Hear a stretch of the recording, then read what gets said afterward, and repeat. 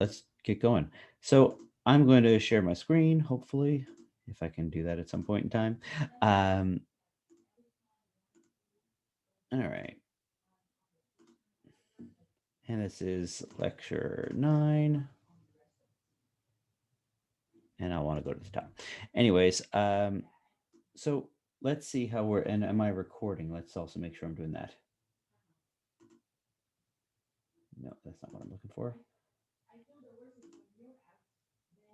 I think I'm recording. Okay. Please let me know if I'm not recording because, oh yeah, there you go. You're screen sharing and I should be recording as well. We're going to talk about marks and channels, but before I get going on that, I want to see how people were doing with things. And then we're going to look at filtering, I believe, as well. And last time we were looking at this, we looked at visualization critiques. And we were also looking at Tufte's data ink ratio, chart chunk, and all this kind of Tufte fun stuff. This is just a first step. Like I literally teach entire classes on visualization design. So we are only covering 2 or 3 classes more than the, data mining side of things, but understandably so, hopefully. But I wanted to, we're doing a fairly brief overview of visualization design. And part of this just requires a lot of practice. So I looked over many of your, or I think almost every one of the submitted critiques that I saw. And yeah, the critiques were meant to be done quickly. So fully address that point right away. Some of the critiques I was reading, though, were, they're rushed because it was done quickly. I just want to be careful about this, though, beforehand. When there's a different context between a rushed critique and your real critique, the one that you'll be doing for Dear Data 6, the Dear Data project, when you respond to your reviewers, or you review somebody else's visualizations. Postcard. Most of the time, you want to be a lot more thorough than some of you were provided. So there was a lot of like, who is the target audience for that article? And it was from the Atlantic, I do believe, and it was like people. No, they're Atlantic readers. They are a very, very, very specific demographic of people. They tend to be liberal, but they also tend to be very well read. Is maybe a bit of a judgment call on my part, but like people that are sort of policy and politics wonks, right? They're reading a lot about politics and policy. They know about such and such a tariff and such a reward. They tend to read the New Yorker, that sort of thing. Um, People that are really into politics and are a bit too smart for their own good sometimes. A lot of my friends. And so it's a very different demographic. It's for particularly for a left-leaning audience that are into and excited by politics and policy. That is not the general population. Now, it could be lawyers, like like was said. It could be politicians, as some people have said. But the Atlantic audience is a very specific group, and that is something to be paying attention to. The visualization itself, a lot of people are like, it's crap, it's 3D. Well, okay, sure, it's crap, it's 3D. But it's not all crap. There was a contest. Some people were contesting the fact that there was too much information in one particular visualization. I would argue probably not, actually. You could still make sense of it. Still, you could organize it in a better way. But you can pack in a lot of information into a single chart, for example. So that is something I would like for a real critique. I want to make sure that we're aware, or we're on the same page here, that I'm expecting a fair bit more reasoning about and thinking about the actual visualization itself. When you review somebody else's work, I want you to think long and hard about it. It's not the first gut instinct that you have. Although gut instinct tells you your first impressions is something important, you can note those down, but make sure you spend the extra time to review it more thoroughly. Okay. Um, in case you want to see another thing to try and do a critique about, here is Code City. If you want that extra practice, go right ahead, try and review Code City. Oh, sorry. I don't know if it was already talked about before, but that I have done. Oof. I have better critiques because I don't get to do visualization critiques as a for a living, but you have done it before. Oh, we did Code City before. Is that what you're saying, Hasna? But I can still use this as an example of a visualization critique. Oh, okay. Um, yeah, and these are, it takes time, it takes practice. That's why we do so many instances of it. Okay, I think we did do a bit of a critique, not in this formalized way. So oh, darn it. I need to close this off. Great. Here would be Code City. This is a visualization of projects and packages in a coding project. It can be actually mapped to almost anything, but the idea is if I have a bunch of code and each one of these sort of city blocks, and even I think even the sub blocks here are packages or packages and packages. That my code is laid out as which each square being a particular class or particular file. The size or the square footage here is the number of lines of code, I do believe, and the height of the block is I think the height of the block is encoding the number of changes or number of edits to the file. I think I'm trying to remember off the top of my head here. While the color is the freshness or how frequently that thing has been updated recently. So if it's light blue, this has been edited a lot and very recently. This has been edited a fair bit of times, but not very recently.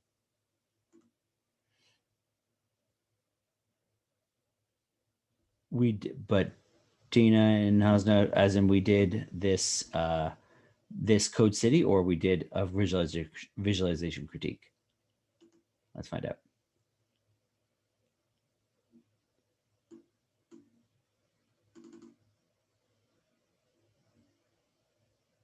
We did the review last week, so multidimensional data analysis, pie charts, nice. Oh, nice.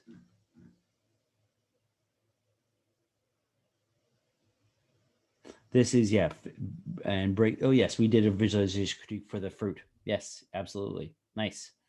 Um, I'll continue on with the city critique. It requires a whole bunch of instances or a whole bunch of looks at it.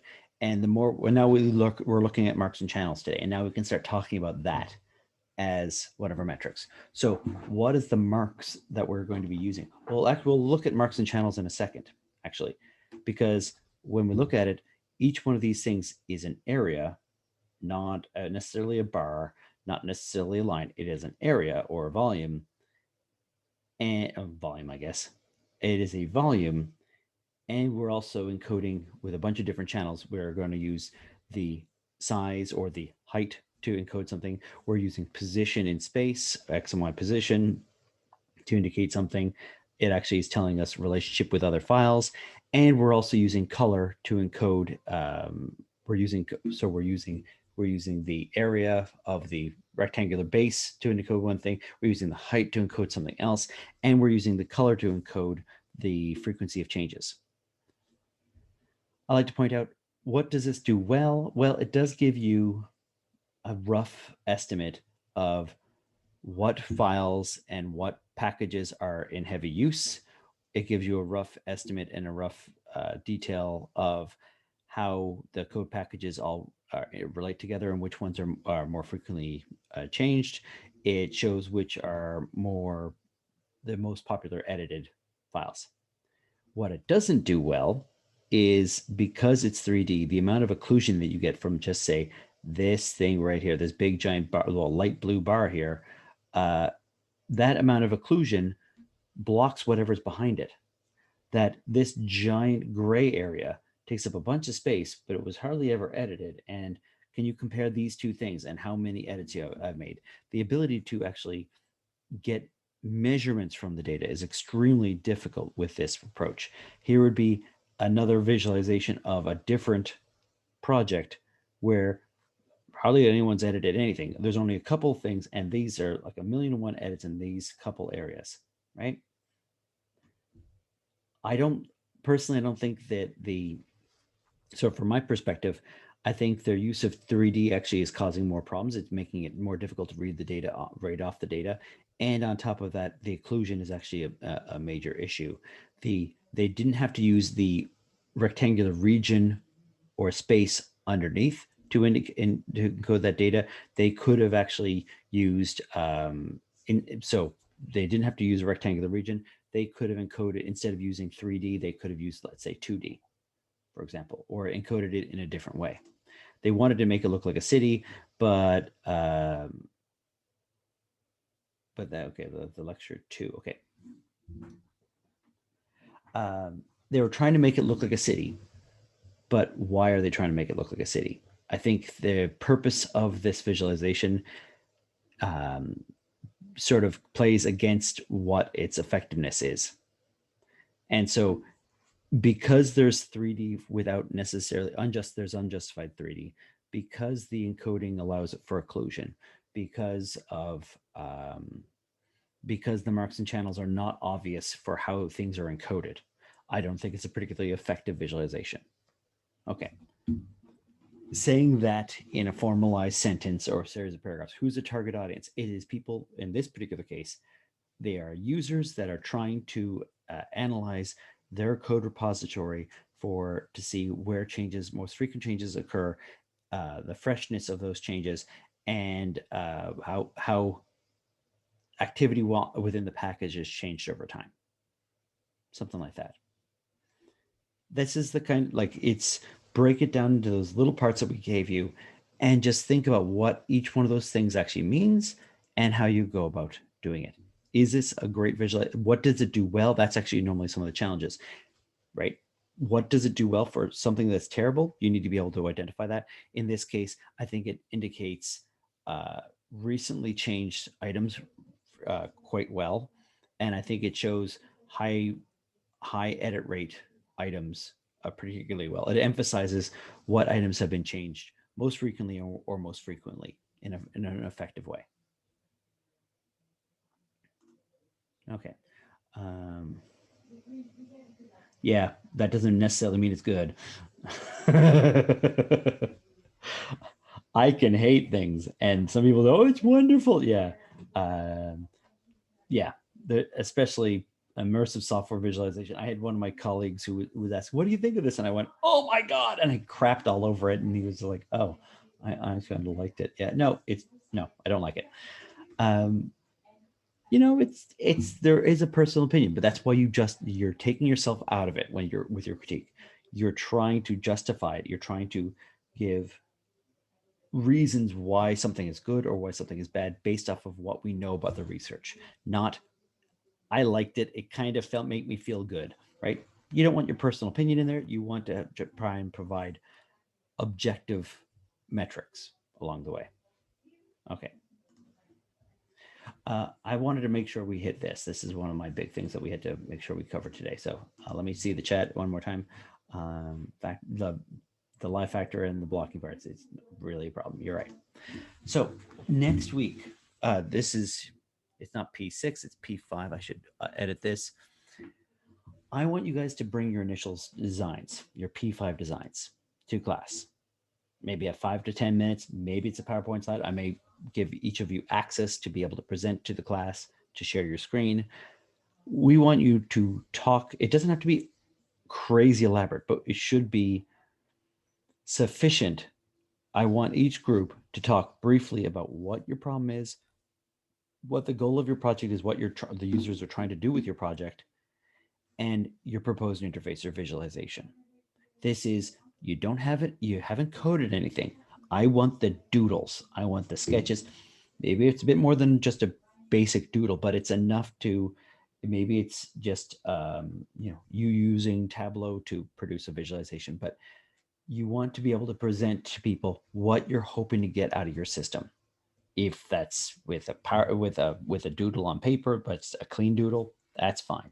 If it's in Tableau, but you're not going to use Tableau, that's fine. Whatever it is, you're trying to show what your system is going to look like. Because next week, I'm hoping each group, spends hopefully 5 minutes talking about their system, and then everyone else craps on it, right? I don't actually want you to attack other people's work, but I want you to you should be able to provide enough information to everyone else in the class so that we know what you're trying to do, we know who your target user is, we know what the task is, and that people can make an informed decision of if your system is working correctly or not, or if there's something they can improve. The point of next week is for you to get people giving you feedback, real feedback, not "I like it" feedback. If no one gives you any kind of comments, that's bad. That's a horrible, horrible bad thing. I mean, you didn't explain yourself well enough. So next week, you'll be presenting what your initial design is, because we only have like a week to actually implement that afterwards. You should probably start implementing it already. Normally, I'd give like a month or more to do this. You'll be saying what you think your system should look like. I don't want the final code. It's not supposed to be code. I want your design. You can start maybe doing some of the code if you think it's going to be universal and you can keep on reusing it. But I want you guys to think about what this thing should look like so that we can give feedback so that you can improve it. Because what I don't want, hopefully, do I have it here? Yeah. What I don't want is this, right? I want, if someone gives you this, the rest of the group says, well, I don't think it will work for this, and this reason. Okay. That's why we're doing these critiques, so that you can look at other people's work and give them suggestions. So for I think it's diabetes, right? And pregnancy of women for group C. I got to remember. I have to memorize your group names because you have such great group names, and I just like the standard deviants and the hat tricks, or I can't remember the other group. The Data Avengers. Thank you. All right, the Data Avengers group, right? If you have the Data Avengers group, what's their visualization going to look like, and what are people going to use it? Planner hats. There you go. Nice. Right? The planner hats. What are they presenting? Are they going to be showing, a calendar with various data on top of it? Or is it something like, I got a bunch of pie charts in there? Don't give me pie charts, planner hats. Right? I want to see what your plan is for presenting the data to people, for people to use your system, so that we can then look at it and go like, I don't like this because we should tweak it this way. The more people you have looking at this thing, the more feedback you can get, and therefore hopefully the better the system you can get. And especially 3D pie charts. Right? We're going to crap on pie charts today. I think today actually a lot, or at least in the video, I crapped on pie charts a lot. So the point of this is not for you to be right. The point of that 5 to 10 minute presentation is to provide enough information for other people to tell you where you went wrong. You're looking for them to be able to tell you what you did wrong, not obvious things you did wrong. You want to give them enough information for other people in the audience to be able to accurately look at what you're doing and give you suggestions. That's the point. It's like a rough draft of a movie, right? You would never actually just make the movie. You pass the draft off for other people to review. It's way cheaper than making a movie and finding out it's a piece of crap. Okay, so that's what next week is. I'm going to probably make an announcement. We'll probably have to start a bit earlier. Okay, I want to make sure we have time for that. Can I just ask a quick question for clarification? So did you say you want our P5 designs? Isn't P5 the initial design? Yeah, so do you want us to talk about, like each group to talk about the three favorites that they pick? Because we have to do like the 9 to 15 sketches and then submit our 3 favorite ones for P5. And then P6 is another phase of sketching. So I'm just kind of confused which ones you want to see. I thought we went down to, sorry, I'm going off a lot of memory here, so I apologize in advance. We were supposed to go down to your 3, take everyone's designs, whittle it down to 3 sketches. And I thought we had a part of P5 was, and your favorite out of those 3 to give a higher fidelity or higher quality image for it. That was my understanding, but maybe maybe I changed things and didn't remember that I changed it. The plan, I thought the plan was that you have 3 sketches, but then one that you really, really love. Okay. 3 favorites. Okay. If it's a 3 favorites, I would suggest seeing if you can get your ultimate favorite out of the 3. But and maybe present them in order of your favorites. But 3 favorites, fine. But you need enough to know how to critique them. And maybe the audience says, I only like the first one, or the first and the third one were good. The second one is a dead end, right? You're trying to prune. That's what we're trying to do. Prune or revise. And so if it's presenting those 3, great. If it's presenting only one because you don't have time, take your favorite one. Interface would be wonderful if you can talk it out. Actually, seeing the interface is actually really challenging to do. So you could say, on this thing, if you click this, then it goes over to this, right? You can talk it out.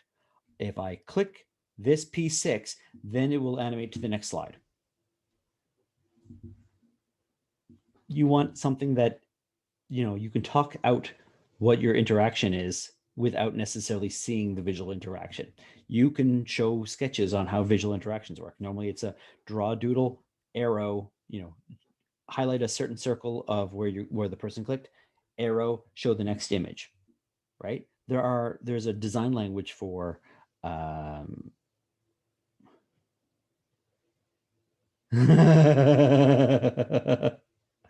yes, but it's amazing people still do it.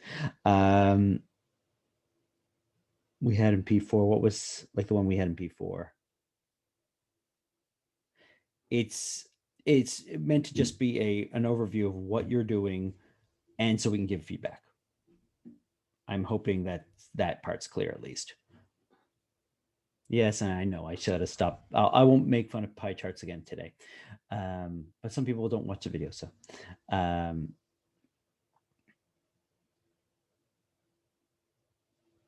we had an all-in parts in P4. You talked about how things connected, but not necessarily, and ideally what the interface might look like, but it was not your final actual ideation of your interface. So your initial gut instinct for what the interface looks like is very different than you draw out all these different interfaces. As a group, you should put those things together and go like, oh my God, you chose that, right? You should have cases where people took a radically different view of things. My son's reading Harry Potter right now. So when you read a Harry Potter book, before you watch the movies, right? Or read any book before you watch the movies, and I'll get to you in a second. What you picture Harry looking like, what you picture Hermione looking like, what you picture whoever looking like, and what another person pictures them looking like are radically different things, right? You have an idea, but until everyone draws out their designs, you're not going to know what they actually, they may have a very different view of things. So I want to expand out the idea space and then contract it in later, not go with the first idea you get. Okay.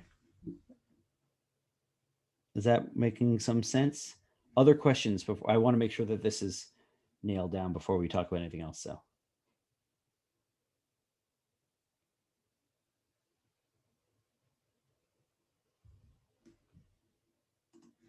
Okay, since I said I wasn't going to bash pie charts that much more, I want to just talk about, I'll briefly go over marks and channels, just in case someone didn't watch the video, just to give you a bit, or to reiterate certain things. And then we'll look at some of the in-class exercises that I don't have any submissions from anybody yet. So I'll be looking at that in a second. So we're not going to do the Hall of Fame, Hall of Shame. That was covered in the videos. Marks and channels, it's one of those things that you saw it in Tableau, and heck, I think Renee is also an expert in is also an expert. Is an expert in Tableau, so she may even have a better definition than I do, and necessarily for some of these things, where the line is. But a mark is a basic graphical element on an image. So it might be a circle, or like a dot, like a point. It might be a volume. It might be an area. It might be a line. It might be any number of other things. Now, we're going to talk about 3 major ones, but it could also be text. technically it's a kind of mark. Now you could consider it a point, but really not, because the font itself tells you something as well. And you can imagine other kinds of marks available to you. The mark, so it's a basic element. Our three ones that we're going to talk about are points, right? That could be I'm drawing triangles, or I'm drawing stars, I'm drawing this. It is just, but as a two-dimensional, some position in space, two-dimensional. There are lines. They can be curved lines. They can be, but they're essentially, there's a sequence of values in a row. And then we have areas, and I don't, area can also be a volume as well. I think I might be hiding that right now with my, no, I'm only showing that right now. But the key is that we have a channel as well. And the channel is how we modify, or we modify that appearance, the way to control the mark. So, and it's independent of the dimensionality of the geometry. So let's have a good little look at, so we can have position in space. So a point can be anywhere in space. It's still a point. It's just in a different position. I could have things like the color of the point. I could have the shape of the point. I could have how, well, not for a point, but if it's a triangle and I tilted the triangle, I could actually encode data that way. And for, volumes and areas and stuff, I could change the area of a cubic thing, the base area of a cubic thing. I can also change the height of this thing. I can change the total volume of it. It depends on how I'm encoding information. But if you break it into these two things, it tells you what you're putting on the screen or what you're putting down on a piece of paper, and how you can manipulate, how you can encode other variables in there, other dimensions in there. So that one's a fairly quick one that we did in the slide, in the presentation earlier. So how many attributes do we end up having here? Well, we have two, right? We have X coordinate, tells you where all the bars are going to be going, and the Y is actually telling you some value. We have lines, we have areas.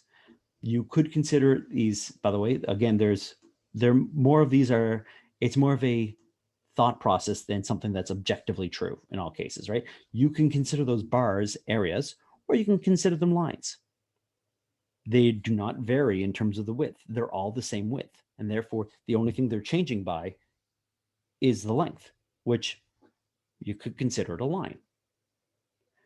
You could consider it an area because the area does actually change. So depends on how you want to view these things. We are changing it in terms of position. There's nothing else. Do we changing anything else? I keep on having to move my this. There we go. There we go. I have to keep on moving around where all the list of everyone's faces are. The size and the area are actually going to change. Here we have a bunch of points. It can be a scatter plot would be an example of this. I'm going to move ahead on this a little bit because we can change it. If we put different colors in there, hey, we can also encode color. Heck, if we put different sizes in there, we can also encode size. If we put different shapes, but notice when we went to perceptual principles, if I change the size, the shape, and the color, I'm not seeing any of those. Nothing's popping, right? For this perceptual pop to occur, this pop out effect to occur, I need to have something that I'm paying attention to. If I modify too many variables, if I have too many channels at once, it means I don't get that perceptual pop out effect necessarily. I get overlap. I get sort of a bleed over from when I change the size of the circles and I change the color, finding the green circle is actually harder to do than just finding the large circle. I could do that. And pie charts, I said I wasn't going to do it, so I'm going to keep on trucking. All my bashing of pie charts. All right, here would be considered a heat map. You might not call it a heat map because we think of them as different things, but it is how intense a particular color is or how dark a color is in a matrix. And so I have a position in space that tells me two different dimensions, an X and Y coordinate. And I also have the color or the intensity. And notice intensity and hue, or luminance and hue, can encode different things. but they overlap. Yo, absolutely. Can these heat maps be used for that?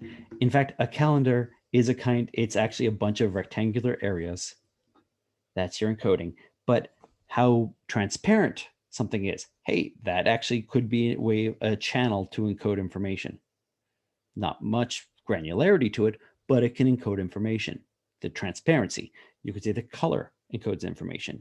You can say the shape of the rectangle of the area encodes information. A calendar is actually a visualization very similar to this, where I have two-dimensional space encoding the day and the hour for two different dimensions, and the individual blocks, the size of the blocks tell me the time duration, and on top of that, the shape, the transparency, the color, things like that actually encode other informations. I have a lot of different channels. I'm using area in that particular case. Heck, I could even throw some lines in there as a mark if I really wanted to. Nice. Heat, by the way, I said heat map, not hit map, but despite the fact I keep on calling it a heat map, I'm like, heat map? Because it doesn't look like a heat, it doesn't look hot, right? It's darker and I have different colors of gray. But if I made this, black to red, for example, like you've seen in other places, or different, levels of intensity of the color, then it looks like a heat map more than anything. I normally think of a heat map as where my eye tracking goes, and that's I color in the area where my eye actually rested for a long period of time. But they are very, very, it's still a two-dimensional grid where I'm coloring in where someone actually looked. If you discretize the entire space, it would be that same sort of thing. Okay, I want to move ahead on this thing, and this takes forever. By the way, I'm not expecting you to get these things, tensor flows and tensor shapes. I look at this and I go, if you're an expert looking at this day in and day out, you can actually read these things, but I am not an expert in tensor shapes. They can encode a crazy number of, this is considered a kind of glyph. You can encode a whole lot of different types of information per shape. Whether you can tease those apart is open for interpretation. But yeah, I think they encode 4 different attributes all at once with tilt and shape and size and length and volume. And the shape itself. It's like this. But this is a better example of a TensorFlow. This would be a CT scan of the brain, and you're looking at, I think it's blood vessels and the flow and the amount of nutrients going through various blood vessels in your brain. In which case, you're not looking at individual glyphs. You're getting the sense of all the glyphs based off all their generic shapes and how they all flow together. All right, let's close off. And by the way, we might say it for items like points, lines, and areas are for particular items. Like this graph, I have a point for each of the nodes in my graph, let's say. But they're also connected with a line. That's part of the point here. Hopefully I can on here. So my marks can also be used for encapsulating, containing by drawing around it. By drawing a rectangular area around it. The city's code does that as well. There's a rectangular region saying the package that you're in, encapsulation with area, and actually connectivity. If I have two items and they're connected together, I automatically see an association. So we can look at these kinds of marks for link purposes, and we can vary that. For connectivity, when we look at a graph, I can change what the edges look like in terms of the color, the shape, the thickness of the line, if there's an arrow on it, things like that. I can even annotate it, put a number on it. So these would all be cases of linkage and containment, hierarchical information using marks and channels. So this might, I don't think I have a tree map. These are just encapsulations. I have the color actually saying that these 3 things are related to each other. And their proximity to one another tells you something. Is that another piece of information? I can have a line connecting these 2 things saying that they're encapsulated. Notice the color is encoding categorization, that A is different than all the other ones. These relate back to our original first principles when we're looking at human perception.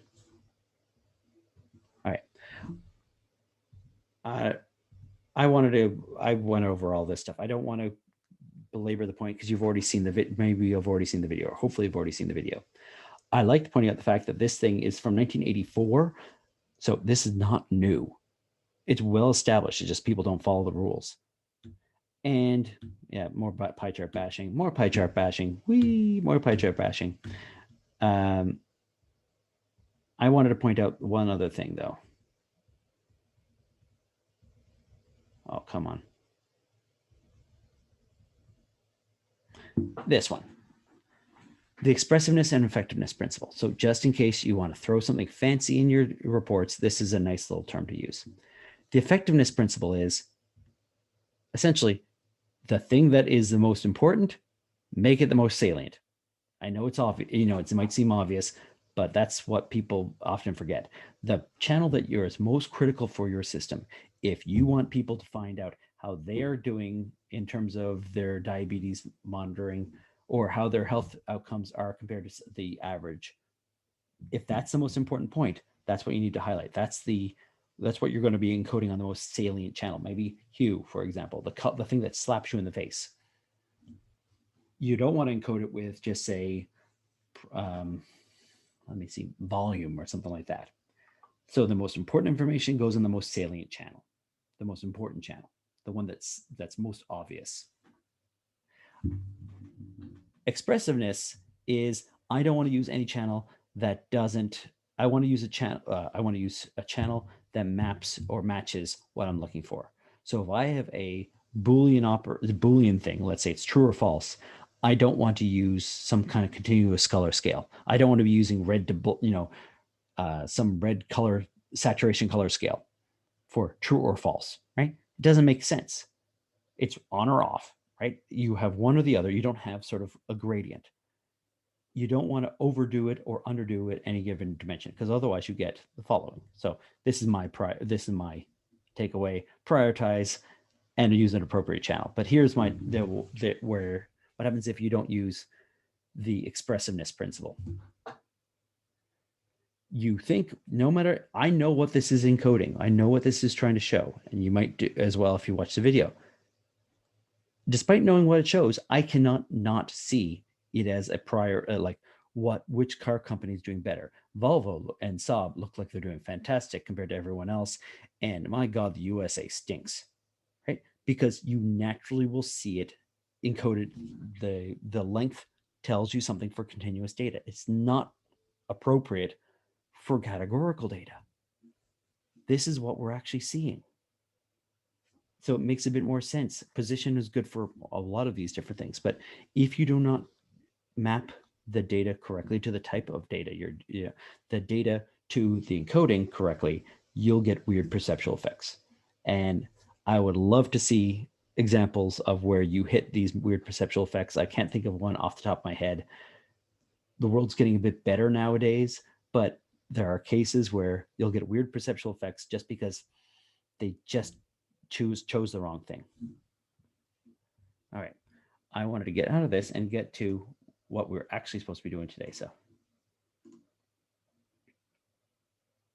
does anybody have any questions right now about this? Otherwise, there we go. Let's see if there's no one on the chat. All right. So marks and channels, I would expect you guys to be throwing those terms around, talk about effectiveness principles when it comes to talking about your visualizations. You don't have to get overly snobby about it, but these are the terms that I want you to get more comfortable with using. When you're reviewing somebody else's work, these are principles you can talk about. It does not follow the effectiveness principle. It does not follow the, what was the other one? It starts with an E. It is essentially mapping it to the right type of data so you don't have the dimensions match correctly. And effectiveness principle is the most important thing is the thing that you want to emphasize. Okay.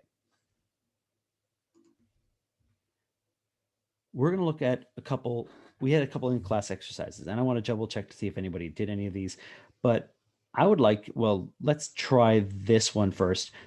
The number 3 thing, I'll leave this to you guys because I think it's for your own best interest.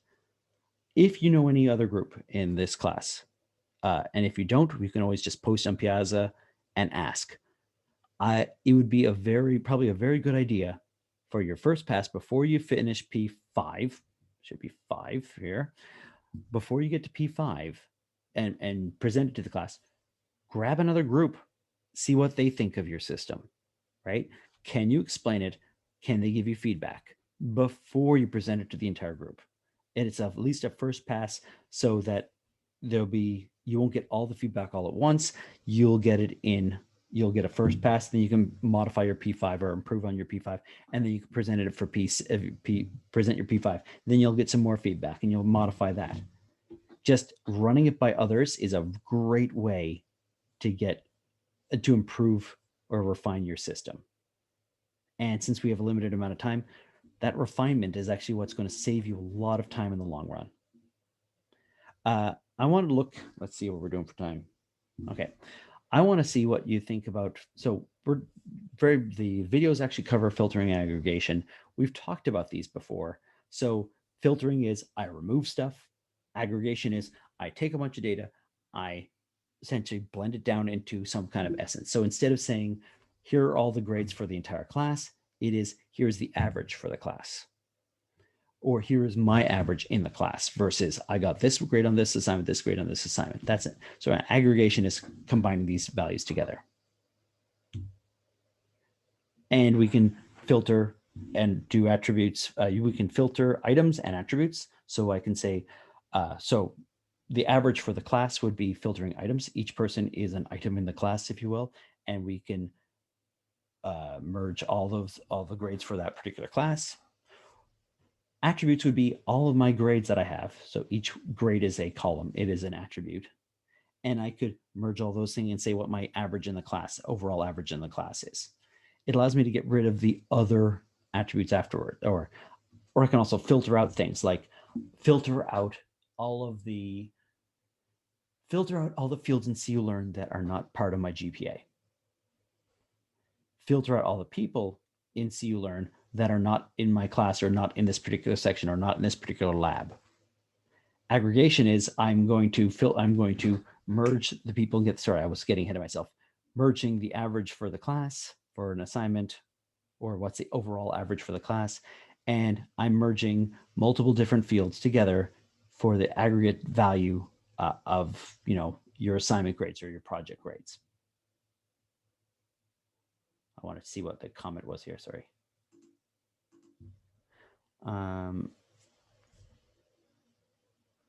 Aggregate A, B's, and C's. Yep. So this is very similar, but this is in a visualization perspective rather than the data perspective. So we're revisiting it from the visualization perspective. We're not going to go overly hardcore about this, but we've already looked at most of these things. So change it over time, drive new data. The big thing here is unlike when we're talking about the back end, when we're filtering, we don't actually have to remove stuff. We can actually look at a facet of the data, which we'll get to next class. So you still have all the data and you're just only viewing a perspective of that data at once.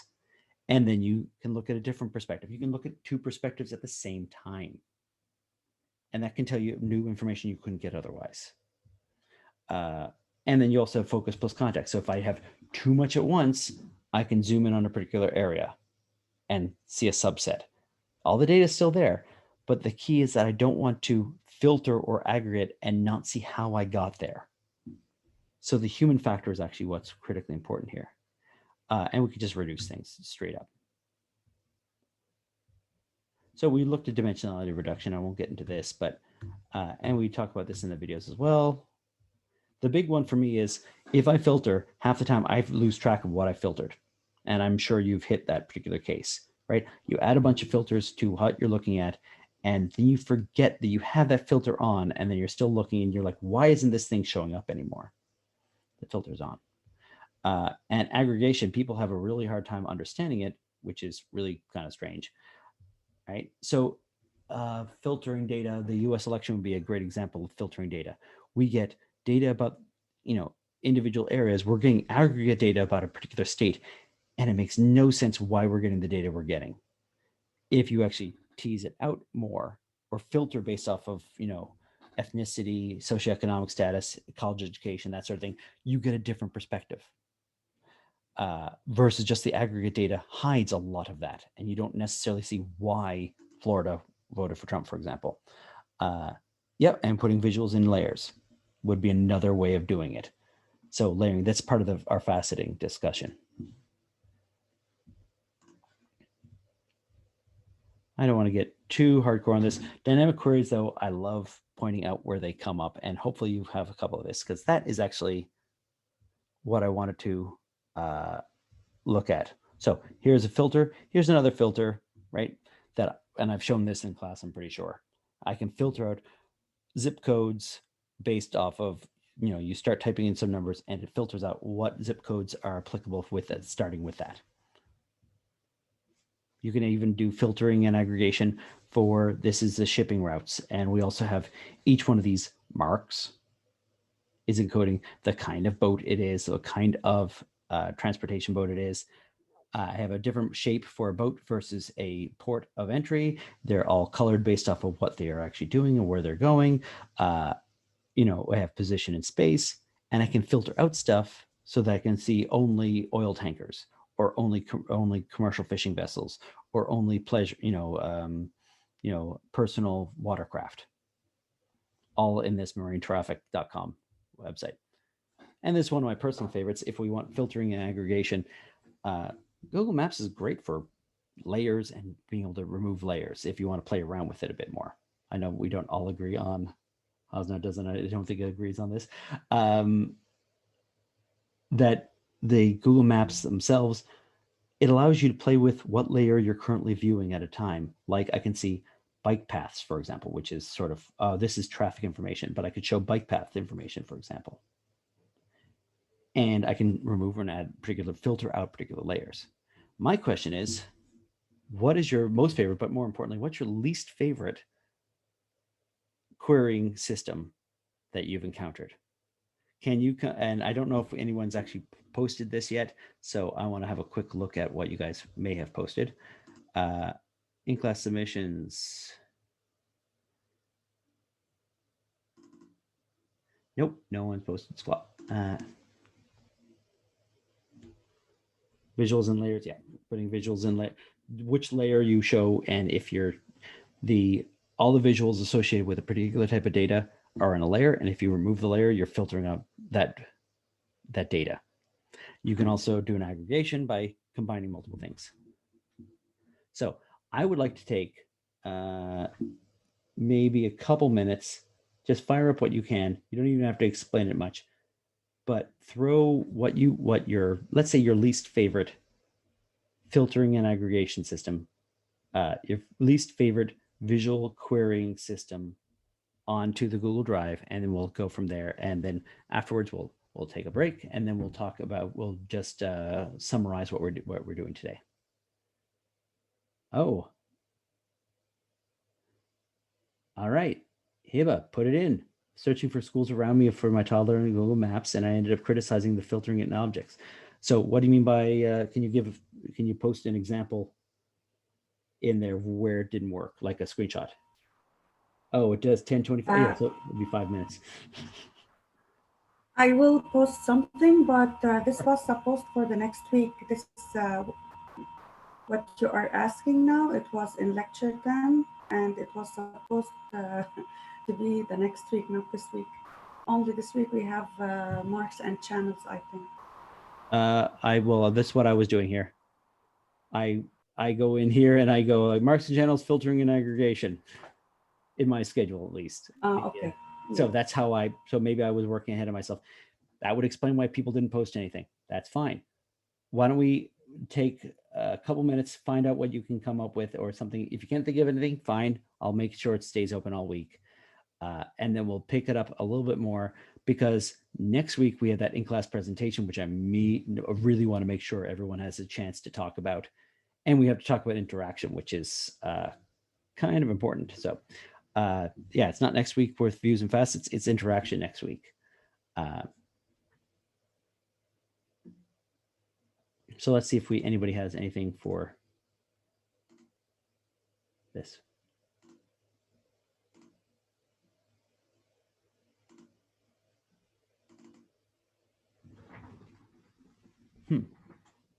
Nothing. Class submissions.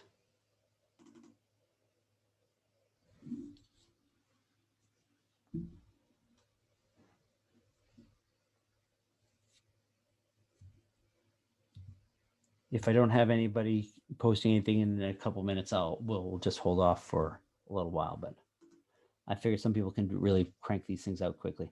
Path filter based on the minimum time on Google Maps and only showing them at least favorite.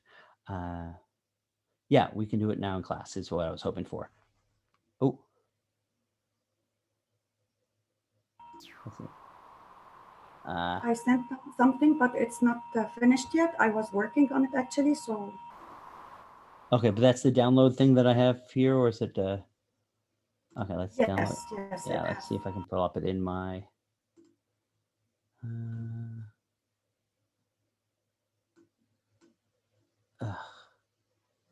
It's not going to let me do things easily, is it? Of course not.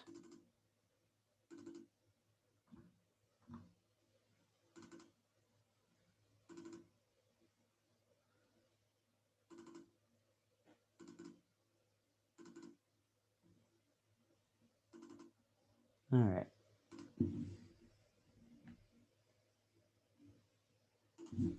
Let's have a look. All right. Enable editing. Oh, what the heck? Is this Google's doing this, or is this somebody else putting another layer on top of that? Nearby schools for Untitled, we're going to school the next academic year. So as it filters attributes and items clearly, an option to go through each item individually. Yep. That's great. Oh, and score out of. Oh, that's interesting stuff. Now, is there something that it's missing?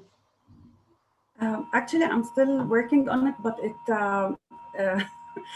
taking this course, it made me see beyond things. So whenever I open anything, now the visualizations are attracting me.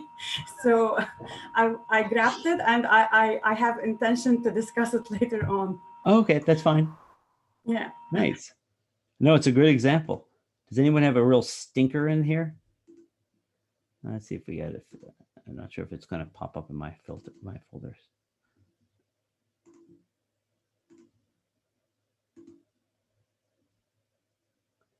Okay, everyone else is being shy, I think.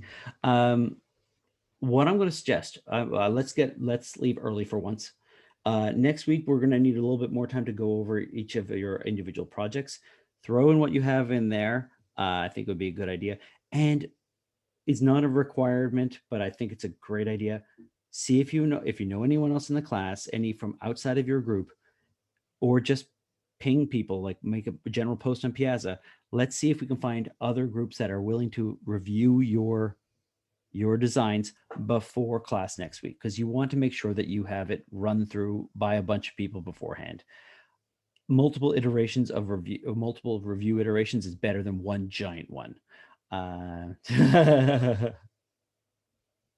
It was supposed to be for my schedule that I was basing everything off of. It was for today. I didn't make it very clear, so that was my issue. But I was asking for you to crank something out quickly, and I didn't. I guess you guys didn't have time. Is the more accurate way of describing things. It's just some people can actually just generate a file in all of a minute. Okay, so what we're going to do next time around, when we come back next week, we're going to be looking at your designs, and then we're going to look at interaction a little bit, and then we're going to review some of these worst filtering mechanisms that we have so far. Sorry about the confusion, everyone. I was working under the assumption we had two different lectures today. Share the calendar you're using with us. Yep, we already shared it with you guys, but I'll share it again. It should already be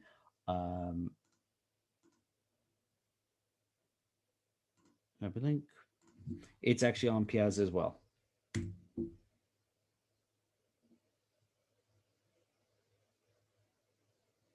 That's sort of how I'm basing everything out. I'm assuming you're using the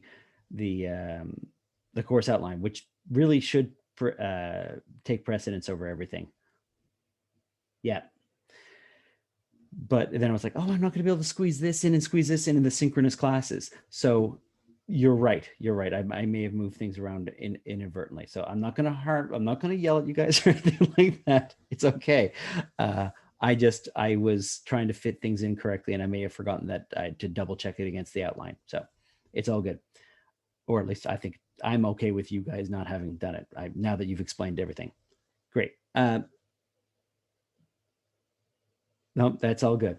So when we come back next time, we'll have a look at what you've done. And I want to see what I'm really looking forward to seeing what your interfaces actually are going to look like for the final project. So it does not have to be perfect polish. It does not, it's definitely should not be in code.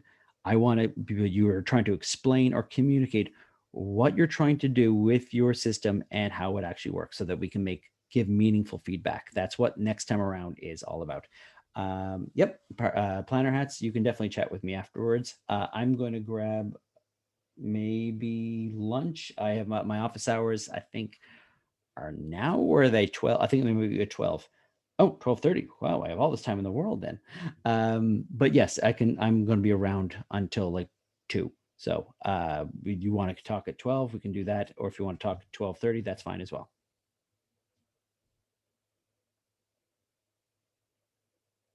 All right. Okay, I'll talk to everyone very, very soon. I'll set up an appointment with the planner hats and on Zoom. And then, yeah, and if anybody has any other questions about their projects, please let me know. All right. Thanks, everyone. Sorry about the confusion, and I will talk to you guys later. Appreciate it.